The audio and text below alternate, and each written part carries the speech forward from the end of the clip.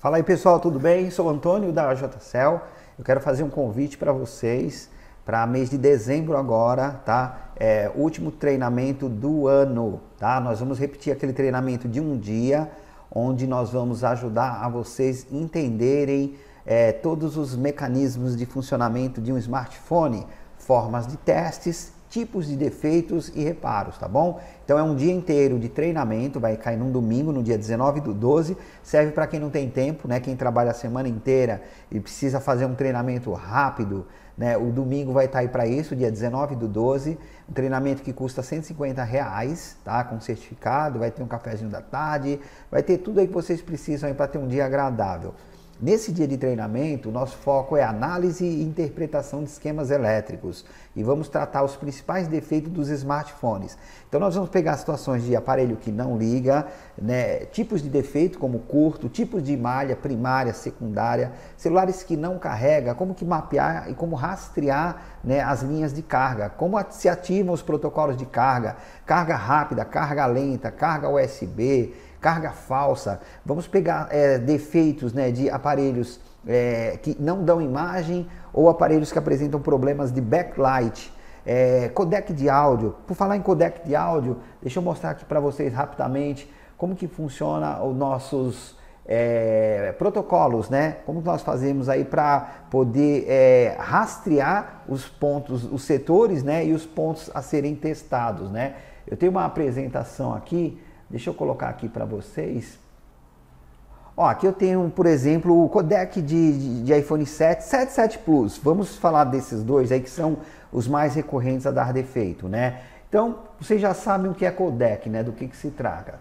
Codec nada mais é do que um codificador e decodificador de sinal elétrico. Ele vai de analógico para digital e vice-versa. Então, quando vocês estão falando na frente de um microfone, vocês estão deslocando o ar, estão criando sinais elétricos, né? Então, o deslocamento de ar, a pressão acústica, vai fazer um diafragma interno do microfone vibrar, produzindo um sinal elétrico. Esse sinal elétrico é analógico, ele é representado pela figura acima. O codec de áudio vai transformar isso em código binário, que é a linguagem de máquinas. Então essa é a função do codec, dar um padrão digital a sinais analógicos e vice-versa. O codec, quando dá defeito no iPhone 7 Plus, vocês vão observar como sintoma inicial, ele não ativa o viva voz ou não aciona o gravador. Ele só vai reproduzir áudio já digitalizado. Ou seja, se o seu codec der defeito e vocês tentarem repetir um áudio que já foi gravado,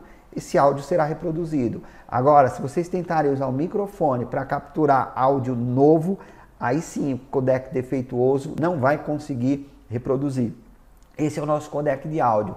Em alguns casos, né, eu não sei se vocês já pegaram esse tipo de defeito, né, em uma determinada iOS, o codec, quando ele apresentava defeito num setor, numa linha I2C Master Clock, ele atrasava a inicialização em até 4 minutos. Isso porque a malha de sincronismo de CPU e codec ela não era apresentada ao kernel. Então, na inicialização, o sistema, né, coloca o kernel para identificar a parte do software para identificar o hardware, e quando esse hardware não é autenticado ou reconhecido, o sistema fica fazendo tentativas. E nessas tentativas acaba, em alguns momentos, atrasando a inicialização. Então, também servia como sintoma, né, de defeito de codec de áudio. Aqui vocês têm uma parte de um diagrama em blocos, onde nós detalhamos as principais malhas do barramento I2S, que liga codec, CPU, baseband, NAND, amplificador de áudio e microfone alto-falante. Então o codec ele vai receber, através do microfone, os pulsos elétricos, né, que vão ser codificado e decodificado. A linha I2S MCLK, que é aquela que mais dá defeito, é uma linha Master Clock, é uma linha de comunicação de CPU com codec, e as outras 4 linhas de baixo, I2S Bit Clock, I2S LR Clock, LR seria Left e Right, seria esquerda e direita, né? Depois I2S dados Out e I2S dado In, essas 4 elas vão se repetir por vários setores da placa. A I2S MCLK, que está destacada em vermelho, é a única que vai se apresentar uma vez só. É uma ligação de codec para a CPU.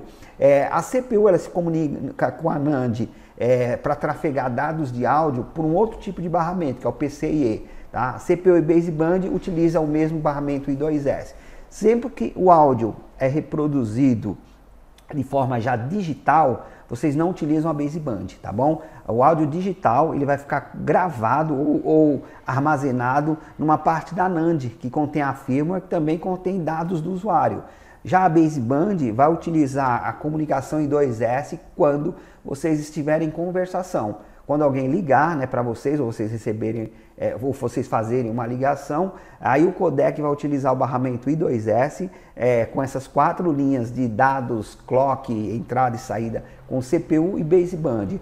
O speaker amp é um amplificador de áudio. Tá? O amplificador ele se faz necessário porque o codec, para poder trabalhar com esses dados digitais, ele tem que abaixar a frequência. Então o speaker amp ele vai dar um ganho na saída. Então entra pelo microfone e sai pelo speaker amp, passando por CPU, baseband, NAND e alguns outros componentes que nós vamos ver aí no estudo um pouquinho mais detalhado. Os efeitos mais comuns em codec de iPhone 7 é solda fria. Geralmente após uma queda, impacto, a solda se quebra, perdendo a comunicação entre o CI e a placa. Em algumas vezes, o impacto acaba não só trincando a solda dos balls, mas acaba também quebrando a trilha que liga o componente à placa. Na maioria das vezes, né, as trilhas, né, que perdem a comunicação é as que vocês estão vendo marcadas aí em vermelho. Elas partem dos pads C12, E12, H12 e J12. Essa é a parte mais frágil desse setor ou desse CI. Tá? É o lugar que sempre vai dar defeito por problemas decorrentes de solda fria. Toda a comunicação de áudio vai se dar através de um protocolo I2S. O protocolo I2S, como eu já disse anteriormente, ele vai se repetir por várias páginas, mas a linha I2S AP2 Codec Master Clock é a principal, é aquela que vai atrasar a inicialização, né, quando o codec apresentar defeito, é a que vai impedir todo o codec de trabalhar, né, em problemas de solda fria. É possível fazer um teste de comunicação das malhas com multímetro em escala de diodo, aplicando a técnica da condução reversa. Só que o espaço ali é muito pequeno, eu indico vocês utilizarem, eu tenho aqui aquelas agulhas de tatuagem, que eu consigo colocar na ponta do meu multímetro e consigo, sem remover a blindagem, tocar nos componentes que pertencem a essas malhas. Se vocês utilizarem ferramentas de mapeamento, como o Wuxing ou ZXW, vocês vão conseguir pegar valores de referência para o teste em condição reversa. E aí vocês conseguem já ter um tipo de referência para vocês trabalharem, né? Quando o problema é de linha aberta, quando é curto, fuga, dá para ter algum entendimento. O teste de condição reversa, ele não vai garantir a integridade do CI, mas ele serve para que vocês consigam enxergar se as interligações estão sendo feitas da forma esperada, desde que vocês tenham conhecimento da forma do teste e tenham valores ali de referência. É um teste excelente, podem usar à vontade, que esse teste aí é o que mais dá resultados aí para a gente começar a fazer os nossos diagnósticos. É claro que tem tipos de malhas, né, digitais que apresentam atividades de formas que o teste de condição reversa não mostra. Tá? O teste de condição reversa é apenas para vocês garantirem as interligações, como as coisas estão conectadas. Outro teste que vocês devem fazer sempre para qualquer tipo de defeito ou para qualquer componente eletrônico é garantir alimentações desse componente. Então aqui eu deixei destacado para vocês as malhas PP1V8 VA, PPVDD Boost, PP1V8 SDRAM e PPVDD Filter. Tá? Todas essas malhas precisam apresentar as tensões de referência. A malha de baixo, a VDD Filter de 1.2, é uma referência que consegue validar as outras 3 tensões de entrada. É uma tensão de referência, né? É um lugar onde existe uma calibração das outras tensões do codec e a gente utiliza esse pontinho aí como pulo do gato também. Aqui eu deixei destacado aí para vocês, nesse material, os componentes, né, o nome das malhas e os valores de cada uma que vocês devem encontrar com o voltímetro. Algumas malhas são primárias, vocês vão aprender isso no treinamento, outras só podem ser medidas ou na inicialização ou no momento que o circuito, o CI ou o periférico está em uso. Então nós temos que aprender a também, quando nós estivermos fazendo análises por medições ou a medição por queda de tensão, em que momento que essa medição pode ser feita. Então vocês têm que conhecer as referências, os nomes da malha, os componentes que estão envolvidos e o momento quando fazer essa medição, tá bom? A maioria desses testes na inicialização é possível capturar os valores. Aqui eu deixei em destaque uma outra página do esquema elétrico do iPhone 7 Plus, que detalha as alimentações dos microfones. Então o codec, além de mandar informação de áudio, ele também alimenta, né, os microfones com tensões de 1.8 volts. Então nós vamos identificar também os componentes próximos aos codecs, as malhas, né, e fazer os testes de tensão também. É muito importante, além de dados digitais, né, que as alimentações estejam presentes aí para as coisas funcionarem. Aqui eu já deixei uma outra página, que é do esquema elétrico também do iPhone 7 Plus, tratando do mesmo componente. Aqui nós temos as linhas de reset, as linhas de habilitação e interrupção, temos um barramento SPI, o SPI, e também todo o barramento I2S com todas as suas referências. Aqui são dados digitais, mas as duas linhas de reset e interrupção, vocês conseguem medir aí com voltímetro também. São malhas de 1.8 volts, garantindo todas as alimentações, garantindo os reparos por problemas de solda fria. Não tem como esse codec não funcionar, a não ser que você tenha uma linha digital aí que você não conseguiu pegar com o multímetro, aí você vai fazer as análises com o osciloscópio, tá bom, pessoal? Então é isso, tá?